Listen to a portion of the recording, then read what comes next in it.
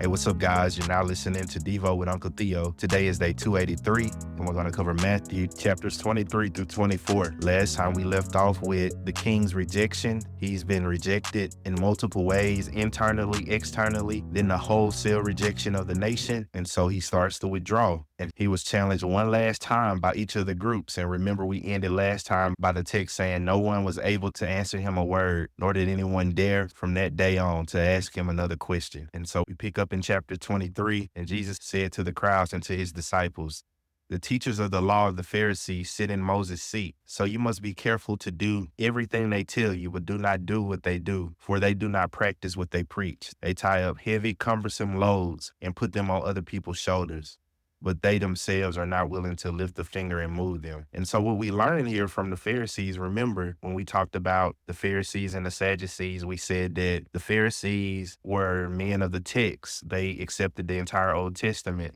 but the Sadducees did not. A few other characteristics of the Pharisees was they believed in the resurrection, they believed in angels, but the Sadducees rejected the resurrection and they rejected angels. There are two other Jewish sects that I don't think we cover. One is called the Essenes, and that's that community where, if you ever heard of the text, the place of Qumran and where the Dead Sea Scrolls were found, that's that location where that Jewish people would have went. They went out to live in isolation and in caves. And lastly, the Zealots, and that would have been like your militant group of the day. If you could think about somebody today, that'll be the group who were religious, but they carried AR-15s and machine guns, and they had all of the artillery. They didn't mind being violent. But after this, Jesus gives 7 woes. He says, "Woe to you, teachers of the law and Pharisees, you hypocrites. You shut the door of the kingdom of heaven in people's faces. You yourselves do not enter, nor will you let those enter who are trying to. Woe to you, teachers, you travel land and sea to win a single convert and make them twice as much a child of hell as you. Woe to you, blind guides. You say anyone swears by the temple, it means nothing, but if they swear by anything on the temple, they are bound by that oath." And Jesus says, which is greater? That doesn't even make sense. And he says, "Woe to you, teachers of the law and Pharisees, you hypocrites. You give a tenth of your spices, but you even neglected the more important matters of the law, justice, mercy, and faithfulness. You should have practiced the latter, and you neglect the former. You strain out a gnat, but you swallow a camel. Woe to you, teachers of the law and Pharisees, you clean on the outside,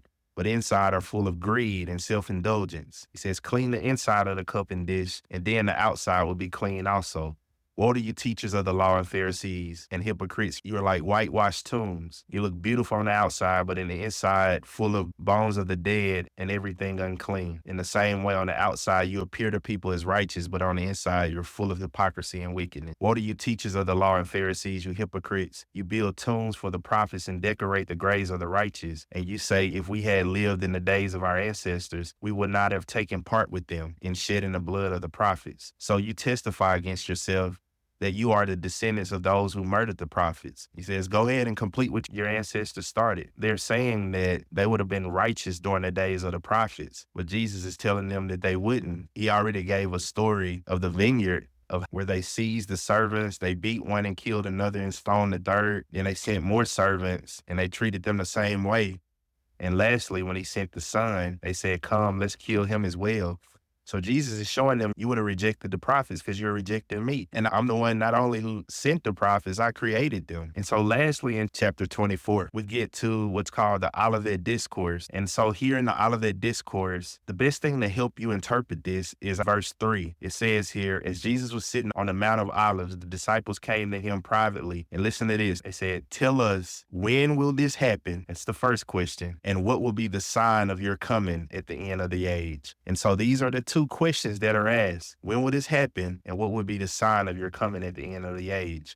So you got two categories to file on the content that Jesus gives in the Sermon on the Mount based on their questioning. So even in verse 2, he says, "Truly I tell you, not one stone here would be left on another. Everyone would be thrown down." That was fulfilled in 70 AD when the temple was destroyed. So after the questions, he talks about the tribulation. He says, "See to it that no one misleads you, for many will come in my name saying I am the Christ and will mislead many. You will be hearing the wars and rumors of wars." In verse 10, he says, "Many will fall away and will betray one another and hate one another. Many false prophets will arise and will mislead many. Because lawlessness is increased, many people's love will grow cold. Here's the key, but the one who endures to the end, he will be saved. This gospel of the kingdom shall be preached in the whole world as a testimony to all the nations, and then the end will come.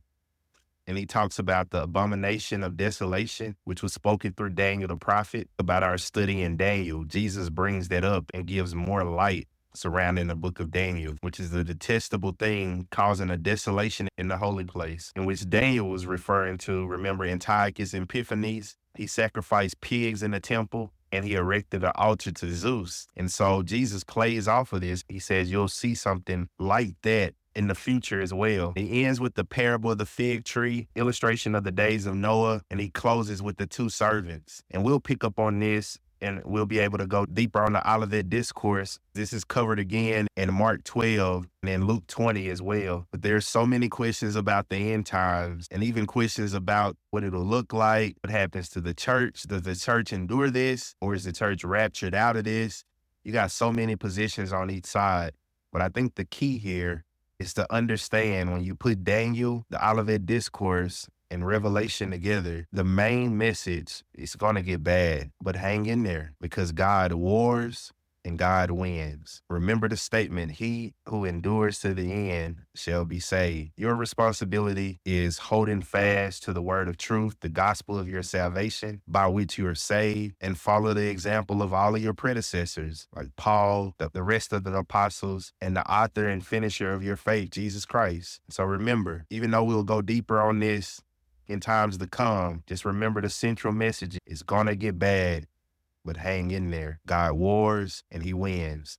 The Genesis 3:15 promise will be fulfilled, for God is not a man and he cannot lie. Put your trust in him. Focus on the main things. Don't get caught up in the minor things so many people debate over. Make sure your feet are shod in the preparation of the gospel, that you're rooted and grounded, that you have the shield of faith, the sword of the spirit, the helmet of salvation, the breastplate of righteousness, and the full armor of God, and that you bathe everything in prayer because we'll definitely need it. You even look at AI technology. Think about how wicked that could be. Just say to AI technology, give me a biblical gospel presentation, and it'll spit out a gospel presentation better than one of the most sound Bible teachers you ever heard. So think about that. This is why scripture says that if possible, even the elect would be deceived, because you won't be able to distinguish false teachers just from their doctrine alone. You're going to have to watch their character and their life, and that just takes time. So remember what every sound teacher has always said. Don't spend so much time studying the counterfeit. Look, we need to be aware of his schemes and devices,